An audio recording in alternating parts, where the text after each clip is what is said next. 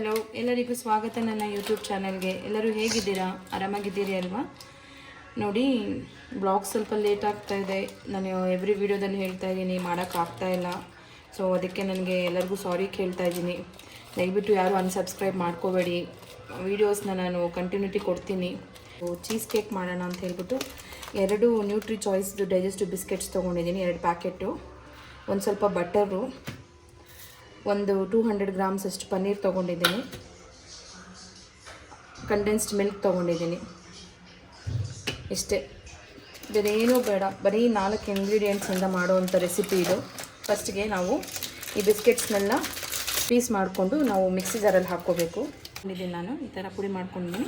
ಒಂದು mixing bowl ತೊಗೊಂಡಿದ್ದೀನಿ, ಅದಕ್ಕೆ ನಾನು ಹಾಕ್ತಾಯಿದ್ದೀನಿ ಪುಡಿನ. ನೋಡಿ, ನಾನು ಬಟರ್ನ ಮೆಲ್ಟ್ ಮಾಡ್ಕೊಂಡಿದ್ದೀನಿ. ಒಂದು 4-5 ಸ್ಪೂನಷ್ಟು ಬಟರ್ ಹಾಕೋಣ. ಎಲ್ಲಿ ಮಿಕ್ಸ್ ಮಾಡ್ಕೊಬೇಕು. ನೋಡಿ, ಅದು ತುಂಬ ದೊಡ್ಡದಾಯಿತು ಬೌಲು, ಅದಕ್ಕೆ ನಾನು ಚಿಕ್ಕ ಬೌಲಲ್ಲಿ ಹಾಕ್ತಾಯಿದ್ದೀನಿ.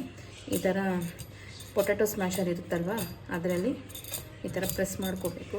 ಪನ್ನೀರ್ನ ಪೀಸಸ್ ಮಾಡಿ ಹಾಕ್ಕೋಬೇಕು. ಇದ್ದೀನಿ.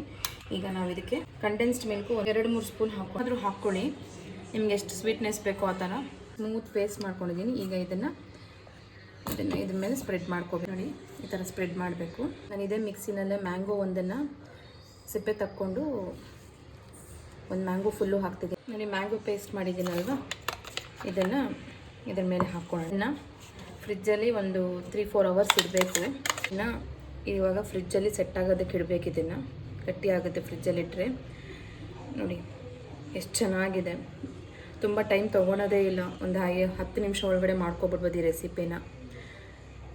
ಮ್ಯಾಂಗೋ ಚೀಸ್ ಕೇಕ್ ಆದರೂ ಹೇಳ್ಬೋದು. ಬೇಕಾದರೆ ನೀವು ಸಣ್ಣ ಸಣ್ಣ ಪೀಸ್ ಕಟ್ ಮಾಡ್ಕೊಂಡು ಮೇಲೆಗಡೆನೂ ಹಾಕ್ಕೋಬೋದು, ಗಾರ್ನಿಷಿಂಗ್ ಮಾಡ್ಕೋಬೋದು. ನೀವು ಡ್ರೈ ಫ್ರೂಟ್ಸ್ ಹಾಕ್ಕೋಬೋದು.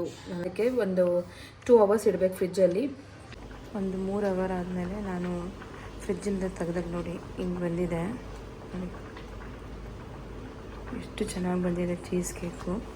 ನೀವು ಒಂದ್ಸರಿ ಟ್ರೈ ಮಾಡಿ ನನಗೆ ಹೇಳಿ ಯಾವ ಥರ ಇತ್ತು ಅಂತ ಕಮೆಂಟ್ ಬಾಕ್ಸಲ್ಲಿ.